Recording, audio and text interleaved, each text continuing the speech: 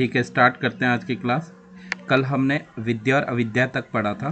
तो विद्या के बारे में बोला था कल, इसकी सच्ची उपासना से अमृत की प्राप्ति होती है। ठीक है, कहने का मतलब विद्या और अविद्या का जिसको एक साथ ज्ञान हो जाता है, अगर वो विद्या की सच्ची उपासना करेगा तो क्या होगा, अमृत की प्राप्ति होगी। अगर जिसको विद्या और अविद्या दोनों का ज्ञान होगा और वो केवल अविद्या कर्म का अनुष्ठान करता है तो उसे क्या, मृत्यु को पार कर जाता है। ठीक है, ये किस में बोला था, विद्या और अविद्या में। वही संभूति और असंभूति में था कि जो संभूति और असंभूति दोनों की उपासना करता है और उसके बाद केवल मतलब दोनों को जान लेता है, उसके बाद केवल संभूति की उपासना करता है तो उसे क्या, अमृत की प्राप्ति होती है। वही असंभूति में है, जो संभूति और असंभूति दोनों को एक साथ जान लेता है, उसके बाद जो असंभूति की उपासना करता है मनुष्य क्या, मृत्यु को पार हो जाता है। ठीक है, ये थोड़ा कंफ्यूजन वाले हैं, अगर इनमें कोई मतलब डाउट हो आपको तो पूछ लेंगे। ठीक है, अगर कुछ डाउट हो तो यहीं पे पूछ लो।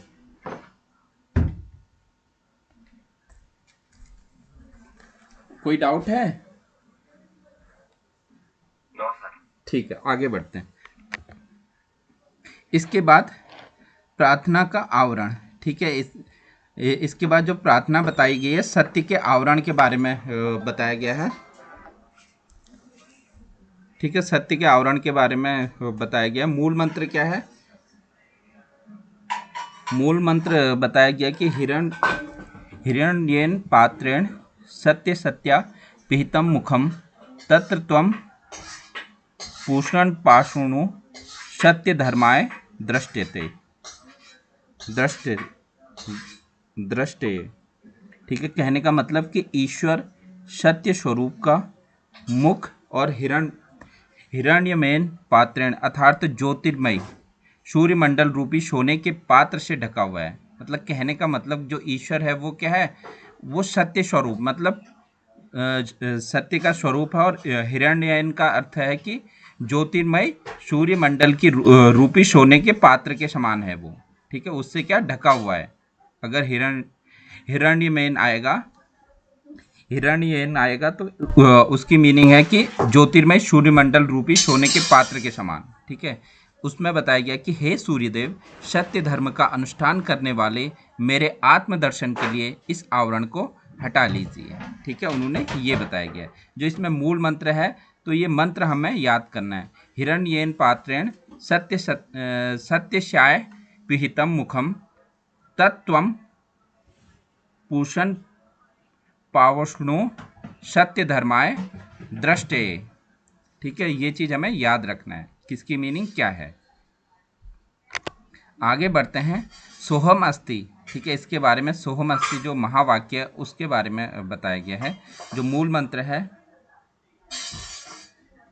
पुसन्ने कर्षेयम सूर्य प्रजापत्य व्यू रश्मिन शमु तेजो यत्ते रूपम कल्याण त्वं तते पश्यामि सोहम सो सो सो सो श्वासो पुरुषो सोहम अस्ति। कहने का मतलब कि हे ईश्वर, हे सूर्य स्वरूप प्रजापत्य, अपनी मतलब रश्मियों मतलब किरणों अथवा तेज को एकत्र करें या हटा लीजिए, ऐसा बोला जा रहा है।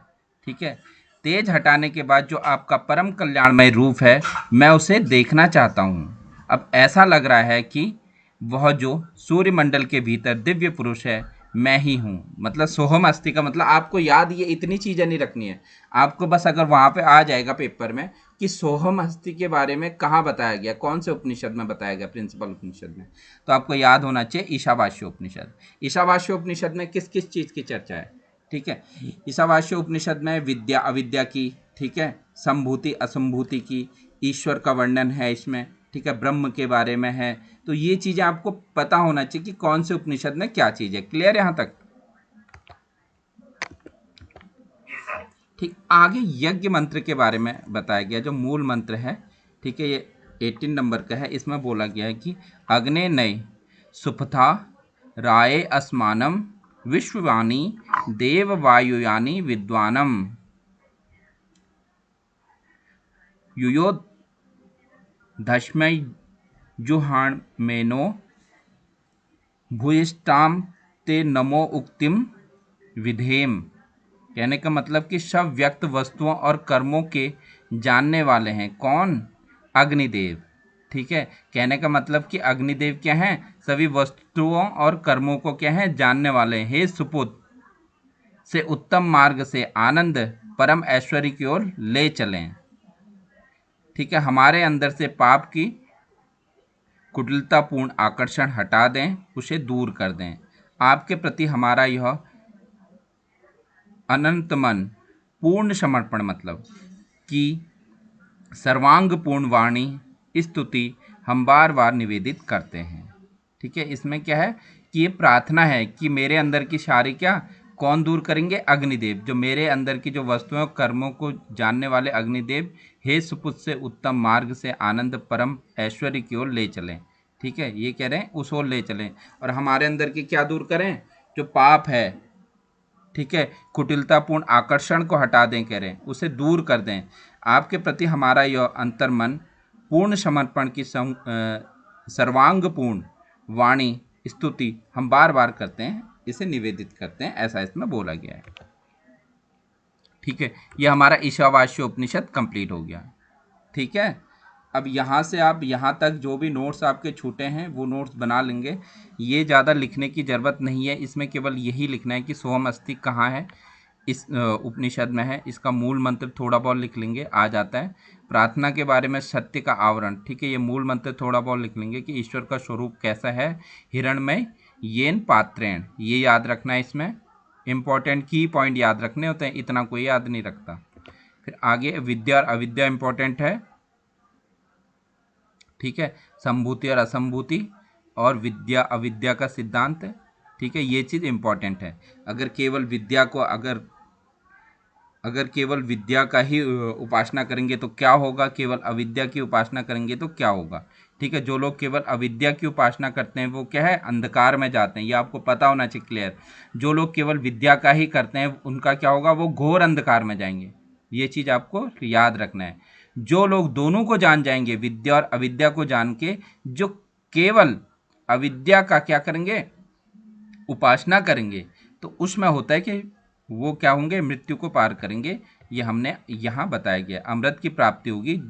जो क्या करेंगे? विद्या का, और अविद्या में क्या होगा? मृत्यु को पार। ये चीज़ आपको याद रखना है।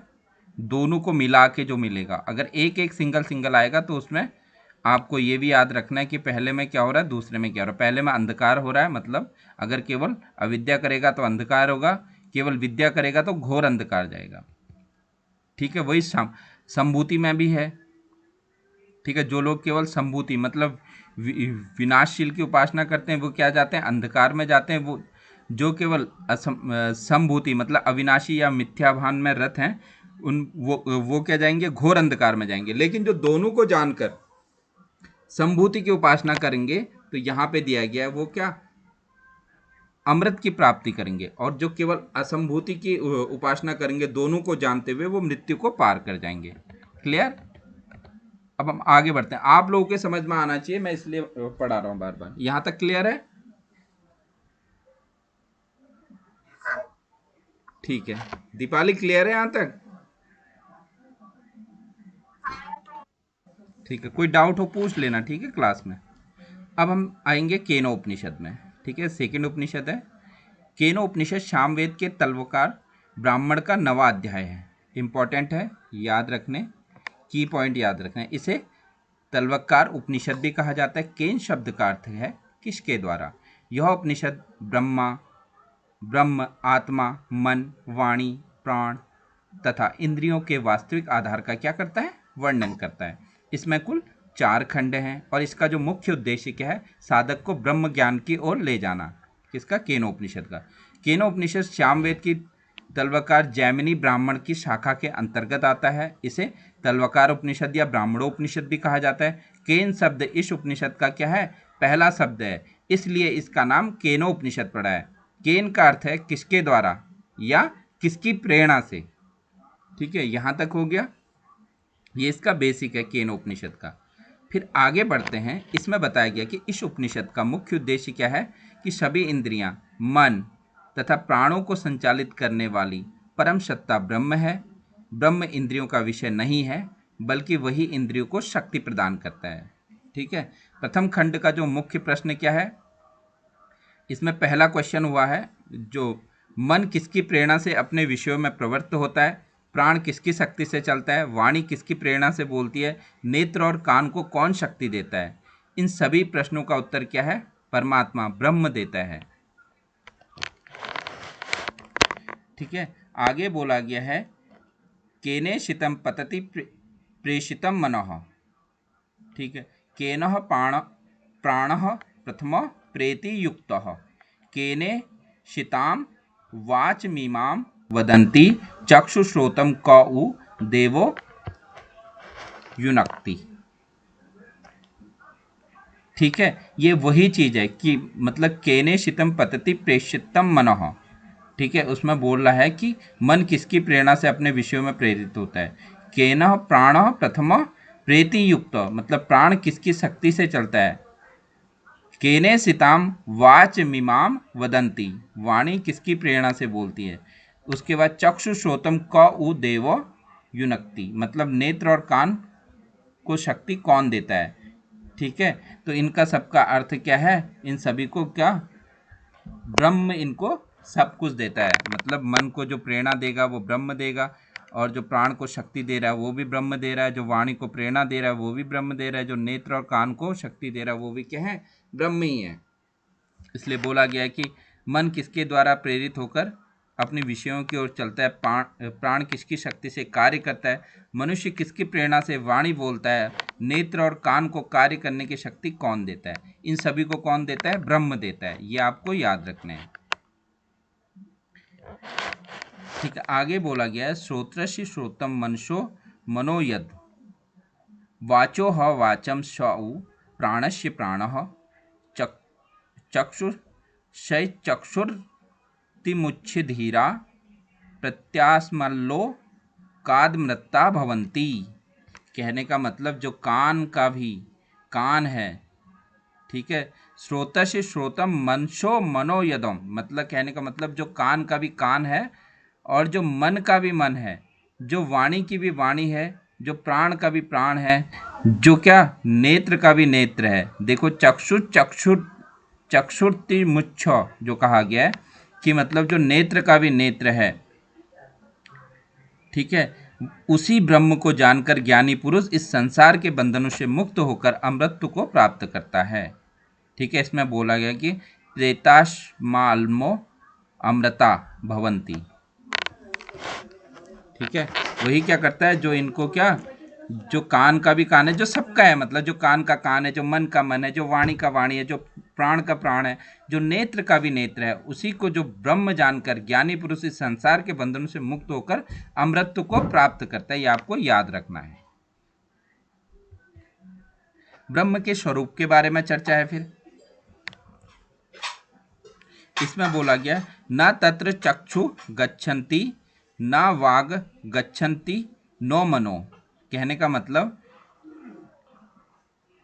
इसमें पूछा जाता है कि जिसे आंखों से देखा जा सके, इसमें बोला गया न तत्र चक्षु गच्छन्ति।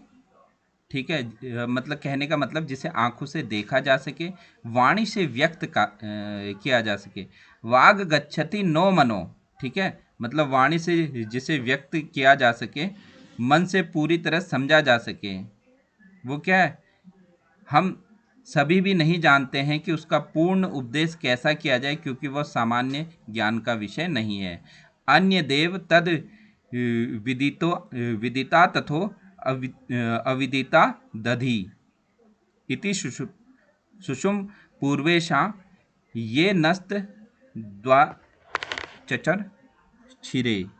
ठीक है, तो इसका मतलब क्या है कि जिसे सब कुछ जान सकते हैं, मतलब कहने का मतलब जिसे आंखों से देखा जा सके, वाणी से व्यक्त किया जा सके, जिसे मन से मतलब ऊपर समझा जा सके, यह हम इसको क्या नहीं जानते हैं कि उसका पूर्ण उपदेश कैसा किया जाए, क्योंकि वह क्या है, सामान्य ज्ञान का विषय नहीं है। इसमें क्लियर मेंशन है। इसमें बोला गया कि ब्रह्म ज्ञात मतलब विदित और अज्ञात अविदित दोनों से परे है। ठीक है, ज्ञात और अज्ञात से क्या है, ब्रह्म परे है। वह इंद्रियां, मन और बुद्धि की सीमा से क्या है, परे हैं, इनसे बहुत ऊपर है ब्रह्म। वो क्या परम सत्य है। ऐसा ज्ञान हमें हमारे पूर्वजों मतलब पूर्वाचार्यों ऋषियों से प्राप्त हुआ, इतना बोला गया है। ठीक है, ब्रह्म का स्वरूप समझ गए क्या है? ब्रह्म का स्वरूप वही है, कौन? जिसे आंखों से देखा जा सके, मतलब ये चीजें नहीं की जा सकती उसके साथ, वो सामान्य विषय नहीं है। इसमें क्लियर बोला गया है कि ब्रह्म क्या है, विदित है और अविदित दोनों से क्या है, परे हैं। और ब्रह्म क्या है, इंद्रिय, मन और बुद्धि की सीमा से परे है। ऐसा मतलब ऐसा हमें किसने बताया? हमारे ऋषियों ने। अगर पूछ लिया जाए कि ब्रह्म कौन है, तो ब्रह्म क्या है, इंद्रिय, मन, बुद्धि इनकी सीमा से परे है, हमें ये याद होना चाहिए। ठीक है, क्लियर? कहाँ पे, कौन से उपनिषद में, कौन सा उपनिषद चल रहा है? आवाज आ रही? हाँ, केनोपनिषद। ठीक है, इंद्रिय ज्ञान से परे ब्रह्म का स्वरूप के बारे में बताया गया है। इसमें बोला गया कि वाद वाचा, मतलब जिसको वाक, वाणी के द्वारा व्यक्त नहीं किया जा सकता है। ठीक है, इसमें बोला गया कि यद वाचा नाभ्युत्तम येन वाग भ्युद्यते। ठीक है, कहने का मतलब जिसको वाक, वाणी के द्वारा व्यक्त नहीं किया जा सके, बल्कि जिसकी शक्ति से वाणी बोलती हो, ठीक है, जिसकी तुम उपासना करते हो, वह नहीं है। ठीक है, वो नहीं है। जिसे मन नहीं जान सकता, बल्कि जिसकी शक्ति से मन विचार करता है और जानता है, वही क्या है, ब्रह्म है। जिसकी तुम उपासना नहीं करते, वह नहीं, मतलब जिसकी तुम उपासना करते हो वो नहीं। जिसे नेत्र चक्षु नहीं देख सकते, बल्कि जिसकी शक्ति से नेत्र अपने विषयों को देखते हैं, वही ब्रह्म है। जिसकी तुम उपासना करते हो वो नहीं। जिसे कान श्रोत नहीं सुन सकते, बल्कि जिसकी शक्ति से श्रोत मतलब कान सुनने में समर्थ है, वही क्या है, ब्रह्म है। आगे बोला गया है जिसे प्राण स्पर्श या ग्रहण नहीं कर सकता, बल्कि जिसकी शक्ति से प्राण चेतन होकर कार्य करता है, वही ब्रह्म है। कहने का मतलब कि जो वाणी के द्वारा व्यक्त नहीं किया जा सकता और जिसकी शक्ति से क्या वाणी बोलती है, मतलब जिस चीज को मैं अपने शब्दों से बयान नहीं कर सकता हूँ और जिस शक्ति से मैं बोल रहा हूँ, वही क्या है, ब्रह्म है, इसमें बोला गया है। और आगे बताया गया कि मन नहीं जान सकता, जिसे मन बिल्कुल नहीं जान सकता है, और जिसकी शक्ति से मेरा मन विचार कर रहा है, वही क्या है, ब्रह्म है। आगे बोला गया कि जिसे नेत्र मतलब मेरी आंखें नहीं देख सकती हैं, बल्कि जिसकी शक्ति से मेरे नेत्र मतलब विषयों को देखने में मतलब क्या है, उनमें एनर्जी भरी जा रही है, वही क्या है, ब्रह्म है। जिसे कान नहीं सुन सकते, मेरे कान उन्हें नहीं सुन सकते हैं, और जिसकी शक्ति से मैं सुनने के लायक हुआ हूँ, वही क्या है, ब्रह्म है, इसमें बोला गया है। जिसे प्राण मतलब स्पर्श या ग्रहण नहीं कर सकते, ठीक है, बल्कि जिसकी शक्ति से प्राण क्या चेतन होकर कार्य करते हैं, वही ब्रह्म है, इसमें बोला गया है। जिसकी उपासना तुम नहीं कर सकते हो। ठीक है, यहां तक क्लियर? आपको यही चीज याद रखनी है इसमें।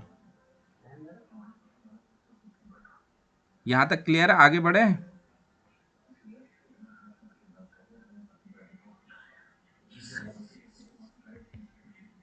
ठीक है, ये प्रथम खंड था। अब द्वितीय खंड में आएंगे केनोपनिषद के। अब यहाँ पे ब्रह्म ज्ञान की चर्चा है। ठीक है, इसमें ऋषि कहते हैं कि अगर तू मानता है, यदि मन्यसे सुवेदिति दहरमेवापि नूनम त्वम वेद ब्राह्मणो रूपम।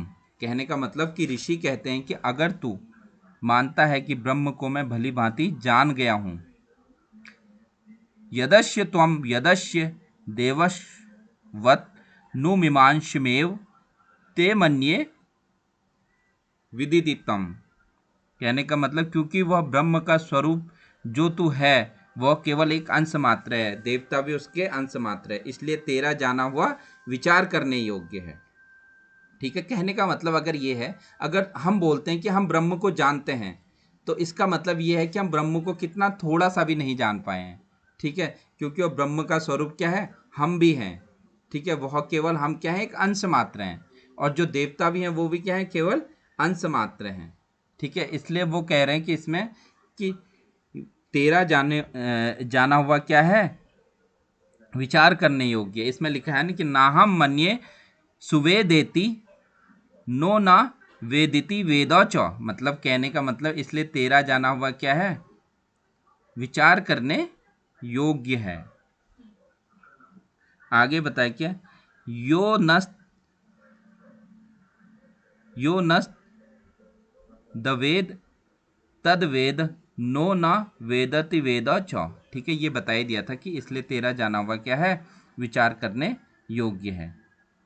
आगे बताया गया कि अगर तुम सोचते हो कि तुम ब्रह्म को जानते हो अथवा सोचते हो कि ब्रह्म को नहीं जानते हो, ये दोनों ही बातें सत्य नहीं है। यह बात केवल ब्रह्म को जानने वाला ही समझ सकता है। अगर मैं बोलूँ मैं ब्रह्म को जानता हूँ, या अगर मैं बोलूँ कि ब्रह्म को नहीं जानता हूँ, कोई अलग व्यक्ति बोले, ये दोनों बातें क्या है, सत्य नहीं है। ब्रह्म को जाना जा सकता है, इसमें बोला गया है, लेकिन अगर जो ब्रह्म को जानता है वही इस बात को समझ सकता है कि ब्रह्म को जाना जा सकता है, लेकिन बताया नहीं जा सकता कि मैं ब्रह्म को जान चुका हूँ, क्योंकि उसे तुम जितना जानोगे उतना कम है, इसमें बोला गया है। ठीक है, इतना समझ गए। अगर तुमने यह मनुष्य शरीर रहते हुए उसे जान लिया तो ठीक है, अन्यथा क्या महान विनाश होगा। ठीक है, इसमें क्लियर बोला गया, अगर मनुष्य शरीर के रहते हुए अगर तुम ब्रह्म को जान लिए तो बहुत अच्छी बात है, नहीं जाने तो महान विनाश होगा। देखो उपनिषद में कितनी अच्छी अच्छी चीजें बताई गई हैं। ठीक, आगे बोला गया कि धीर मनुष्य प्राणी प्राणी में उनका स्वरूप जानकर अमर हो जाते हैं। मतलब सभी में ब्रह्म का स्वरूप जानकर जो ज्ञानी पुरुष हैं वो क्या हो जाते हैं, अमर हो जाते हैं, ऐसा इसमें बोला गया है। क्लियर हो गया, यहां तक कोई दिक्कत। ठीक है, अब हम आगे बढ़ते हैं।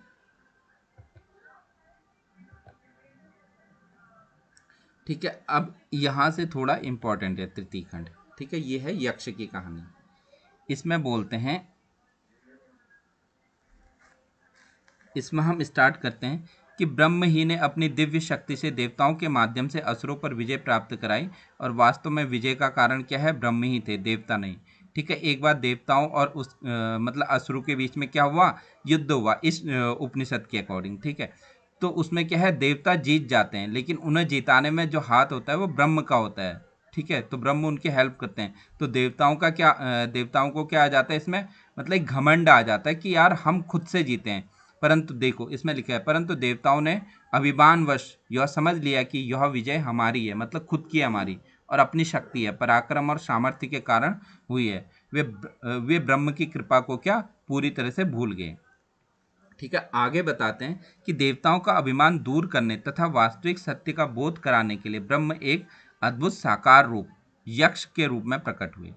ठीक है, केनोपनिषद के अकॉर्डिंग जो ब्रह्म का स्वरूप है वो कैसा है, यक्ष रूप में। इंपॉर्टेंट ये है, यहाँ से हम इंपॉर्टेंट की पॉइंट पे आएंगे। ठीक है, जो जो मैं बोल रहा हूँ याद करने वाले हैं, ये आपको याद होनी चाहिए। पूछ लेगा कि केनोपनिषद में ब्रह्म किस नाम से संबोधित किया है, तो यक्ष के नाम से। ठीक है, देवता उस यक्ष के वास्तविक स्वरूप को पहचान नहीं सके और आश्चर्यचकित रह गए। ठीक है, तो देवता लोग ब्रह्म के स्वरूप को नहीं जान सके, क्योंकि देवता और असुरों के बीच में क्या हुआ था, युद्ध हुआ था। जब युद्ध हुआ दोनों के बीच में, तो देवता जीत गए, किनकी शक्ति से, ब्रह्म की शक्ति से। क्यों जीते, ब्रह्म ने उनकी हेल्प की थी। लेकिन देवताओं ने क्या समझा कि ये हमारी खुद की शक्ति से हुआ, इसमें पूर्ण रूप से क्या है, हम ही इन्वॉल्व हैं, हमने खुद किया है। तो ब्रह्म ने कहा कि देवताओं का अभिमान तोड़ने के लिए उन्होंने क्या किया, यक्ष रूप लिया। ठीक है, और देवता उस यक्ष के वास्तविक स्वरूप को नहीं जान सके और आश्चर्यचकित रह गए। तब देवताओं के राजा इंद्र ने सबसे पहले अग्निदेव, अग्निदेव का नाम यहाँ पे क्या है, जात वेदा है। ठीक है, आपको ये याद रखना है, अग्निदेव का नाम क्या है, जात वेदा। इन चीज़ों पे जहाँ जहाँ मैं इंपॉर्टेंट बोल रहा हूँ वहाँ पे आपको क्या करना है, हाईलाइट करना है। ठीक, ऐसे क्वेश्चन आते हैं कि केनोपनिषद में अग्निदेव का नाम क्या है, जातवेदा। ठीक है, जाकर ज्ञात कीजिए। उन्होंने बोला कि अग्निदेव को, जिनका नाम जातवेदा है, तो उनसे बोला कि आप जाकर ज्ञात कीजिए कि ये यक्ष कौन है। तो अग्नि देवता ने क्या किया, अपना, उनके पास जितना सामर्थ्य था, सामर्थ्य का परिचय भी नहीं दे सके और यक्ष को पहचानने में क्या रहे, असफल रहे। ठीक है, आगे पढ़ते हैं। अग्निदेव और यक्ष का क्या संवाद है, इसके बारे में चर्चा करते हैं। तब देवताओं के राजा इंद्र और अग्निदेव, ठीक है, जातवेदा, ये याद रखना है, जातवेदा में बार बार कह रहा हूँ, इनका निकनेम हमेशा याद रखना है। ठीक है, इनसे क्या कहा, इनसे कहा कि जाकर ज्ञात कीजिए ये यक्ष कौन है, मतलब इनके बारे में बताओ। ठीक है, तो अग्निदेव ने अपनी पूरी शक्ति का परिचय करने लगे। अग्निदेव यक्ष के पास पहुंचे और क्या किया, यक्ष ने उनसे पूछा कि तुम कौन हो। अग्निदेव ने उत्तर दिया, मैं जात वेदा अग्नि हूँ, मैं संपूर्ण पृथ्वी की सभी वस्तुओं को जलाने की शक्ति रखता हूँ। देखो देवताओं में घमंड आ गया, अग्निदेव में क्या आ गया, यहाँ पे घमंड आ गया बहुत ज्यादा। तो यक्ष ने अग्निदेव के सामने एक तिनका रखकर कहा कि यदि तुम्हारे पास इतनी शक्ति है तो इस तिनके को जलाकर दिखाओ। अग्निदेव ने मतलब अपनी पूरी शक्ति लगा दी, परंतु इसमें कुछ भी नहीं हो पाया, वो तिनका को नहीं जला पाए। तब उन्हें अनुभव हुआ कि उनकी शक्ति सीमित है, किसी उच्च शक्ति पर निर्भर है। ठीक है, उन्होंने कहा कि मेरी शक्ति सीमित है, किसी और शक्ति पर निर्भर है। ठीक है, यहाँ पे ब्रह्म के बारे में हो रहा है, आप सभी को क्लियर होना चाहिए। यहाँ पे ब्रह्म की चर्चा हो रही है यक्ष रूप में, उन्होंने यक्ष रूप का धारण किया है। इस प्रकार अग्निदेव यक्ष के वास्तविक स्वरूप को जाने बिना ही लज्जित होकर देवताओं के पास लौट कर आए और स्वीकार किया कि वे उस अद्भुत यक्ष को पहचान नहीं सके। ठीक है, अभी भी यक्ष को पहचान नहीं पाए। ठीक है, तो अग्निदेव का नाम क्या है, जातवेदा। ठीक है, अब वायुदेव और यक्ष के बीच में संवाद है। उसके बाद इंद्र देवता ने कहा कि वायु देवता मातृश्वा। ठीक है, इनका नाम क्या है, वायुदेव का मातृश्वा। मैं आपको जहाँ जहाँ पे बोल रहा हूँ बार बार वहाँ पे हाईलाइट करना है। ठीक है, इनका नाम क्या, वायुदेव का नाम क्या है, मातृश्वा। से कहा कि जाकर ज्ञात कीजिए कि ये यक्ष कौन है। ठीक है, तो वायु देवता ने अपनी शक्ति से यक्ष का परिचय प्राप्त कर लेंगे। ठीक है, मतलब कहने का मतलब कि वायुदेव ने कहा कि यक्ष के पास जब वो पहुंचे कि यक्ष से पूछा कि तुम कौन हो। वायु ने उत्तर दिया। ठीक है, यक्ष ने पूछा मतलब ब्रह्म ने पूछा कि तुम कौन हो। उन्होंने बोला मैं मातृश्वा वायु हूं। पहले कौन थे, पहले कौन से देवता आए इससे पहले, अग्नि देवता, उनका नाम क्या था, जातवेदा। ठीक है, तो ये क्या है, वायु देवता, इनका नाम क्या है, मातृश्वा। इनने बोला कि मैं मातृश्वा वायु हूं, मैं चाहूं तो पृथ्वी पर कुछ भी, जो कुछ भी करूं उसे उड़ा सकता हूं, मतलब मैं कुछ भी उड़ा सकता हूं, उन्होंने ये बोला। यक्ष ने वायु देवता के सामने एक तिनका रखकर कहा यदि तुम्हारे पास इतनी शक्ति है तो पहले इस तिनका को उठाकर दिखाइए। तो वायु देवता ने अपनी संपूर्ण क्या शक्ति लगाई, परंतु वे उस तिनके को ना हिला भी नहीं और उठा भी नहीं पाए। तब उन्हें अनुभव हुआ कि उनकी शक्ति भी क्या है, ब्रह्म की शक्ति के बिना कुछ नहीं है। तब उन्हें फील किया कि ब्रह्म के आगे मेरी शक्ति क्या है, जीरो है, क्योंकि वो उसे हिला नहीं पाए।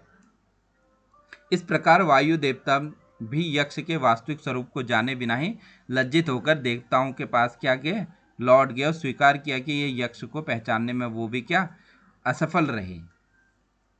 ठीक है, इंपॉर्टेंट की पॉइंट नीचे से फिर लिखे हैं मैंने। वायु देवता का दूसरा नाम क्या है, मातृश्व है। वायु ने स्वयं को संपूर्ण पृथ्वी की वस्तु को उड़ाने का क्या समर्थ बताया, लेकिन यक्ष ने उनकी परीक्षा के लिए एक तिनका रखा और वायु देवता ने अपनी संपूर्ण शक्ति लगाने पर भी वे तिनके को नहीं उठा सके। ठीक है, यहां तक हमारा क्लियर है। अग्निदेव का नाम क्या है, जातवेदा, और वायुदेव का नाम क्या है, मातृश्वा। ठीक है, बाकी कहानी आपको याद हो जाएगी, ये ज़्यादा इंपॉर्टेंट है, इन्हीं से क्वेश्चन बनते हैं। फिर इसके बाद है इंद्र और उमा कुमारी का संवाद। ठीक है, जब अग्नि और वायु के असफल होने पर, ठीक है, जब वो असफल होकर लौट गए तो इंद्र स्वयं यक्ष के वास्तविक स्वरूप जानने के लिए क्या गए, परंतु वहां पे पहुंचे। परंतु जैसे ही इंद्रदेव यक्ष के पास पहुंचे तो यक्ष क्या है, तत्काल अंतर्ध्यान हो गए, मतलब अदृश्य हो गए। उसी स्थान पर इंद्र ने आकाश में उत्पन्न तेजस्विनी हिमालय की पुत्री उमा, मतलब उमा हेमवती उमा कुमारी। ठीक है, ये याद रखना, यही की पॉइंट है। किसने उन्हें बताया ब्रह्म के बारे में, हेमवती उमा कुमारी को देखा तो इंद्र ने विनम्रता पूर्वक उनसे पूछा कि हे देवी ये यक्ष कौन थे। तो उमा हेमवती ने इंद्र से कहा कि वो यक्ष स्वयं ब्रह्म थे, उन्हीं की शक्ति से देवताओं को असुरों पर क्या विजय प्राप्त हुई थी, किंतु देवताओं ने उस विजय का श्रेय अपने पराक्रम को दिया था और अहंकार में आ गए थे। तो उमा ने इंद्र को समझाया कि समस्त शक्ति, ज्ञान, सामर्थ्य, विजय का मूल स्रोत क्या है, ब्रह्म है। देवताओं ने स्वयं कुछ भी नहीं कर सकते, वे ब्रह्म की शक्ति से ही कार्य करते हैं। क्लियर मेंशन है कि मतलब जो भी कार्य हुआ अभी तक वो क्या हुआ, ब्रह्म की शक्ति से हुआ। ब्रह्म की शक्ति के बिना कोई भी कुछ कार्य नहीं कर सकता, इसमें क्लियर मेंशन है। आगे बोला गया कि इस प्रकार इंद्र का जो अहंकार था ना वो समाप्त हो गया, उन्हें ब्रह्म का वास्तविक ज्ञान प्राप्त हुआ। इसलिए केनोपनिषद में इंद्र को अन्य देवता की अपेक्षा क्या श्रेष्ठ माना जाता है, क्योंकि सबसे पहले उन्हें ब्रह्म का साक्षात्कार हुआ था। सबसे पहले ब्रह्म के बारे में कौन जाने थे? इंद्रदेव। किससे जाने थे? हेमवती उमा कुमारी से। ठीक है,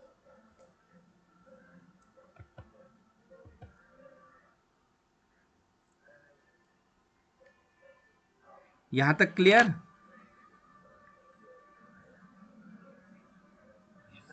यहां तक कोई डाउट नहीं है ना? अब हम आगे बढ़ते हैं, ये चीज हम पढ़ चुके हैं इंद्र और उमा कुमारी का संवाद हम पीछे भी पढ़ चुके हैं, ये स्लाइड शायद दोबारा आ चुकी है। ठीक है, इसमें एक चीज हाँ इंपॉर्टेंट यह है कि इंद्र अग्नि वायु को अन्य देवताओं से क्या श्रेष्ठ माना जाता है। ठीक है, इंद्र को अग्नि वायु और अन्य देवताओं से क्या इंद्र को श्रेष्ठ माना जाता है। इंद्र सबसे सर्वश्रेष्ठ हैं, क्योंकि सबसे पहले ब्रह्म का यथार्थ ज्ञान किसे प्राप्त हुआ था? इंद्र को प्राप्त हुआ था। लेकिन अन्य देवताओं में क्या श्रेष्ठ किन किन को माना जाता है? इंद्र, अग्नि और वायु को माना जाता है। ठीक है, ये चीज इंपॉर्टेंट है। ठीक है, श्रेष्ठ देवता के बारे में यहाँ चर्चा है। तो श्रेष्ठ देवता आपको पता है कि सभी देवताओं में इंद्र, अग्नि और वायु को श्रेष्ठ माना जाता है, क्योंकि इन तीनों ने ही ब्रह्म का सबसे पहले क्या किया था? साक्षात्कार करने का अवसर प्राप्त हुआ था। अन्य देवता ब्रह्म के वास्तविक स्वरूप को नहीं पहचान सके, जबकि इंद्र, अग्नि, वायु ने ब्रह्म के दिव्य रहस्य को जानने का प्रयास किया। इंद्र इनमें क्या है? सर्वश्रेष्ठ हैं, आपको याद रखना है। ठीक है, और जो उमा है, हेमवती उमा कुमारी, ठीक है, हेमवती उमा कुमारी से ब्रह्म का उपदेश किसे प्राप्त हुआ? इंद्र को प्राप्त हुआ। उसके वास्तविक स्वरूप का ज्ञान भी प्राप्त किया। इंद्र की जिज्ञासा, विनम्रता और सत्य को जानने की इच्छा के कारण उन्हें ब्रह्म विद्या का अधिकारी माना गया। इस कारण केनो उपनिषद में इंद्र को देवताओं में श्रेष्ठ बताया गया। ठीक है, क्लियर? ये हमारा क्या केनो उपनिषद भी यहाँ पे पूरा हुआ। ठीक है, यहाँ तक कोई डाउट हो तो आप पूछ सकते हैं।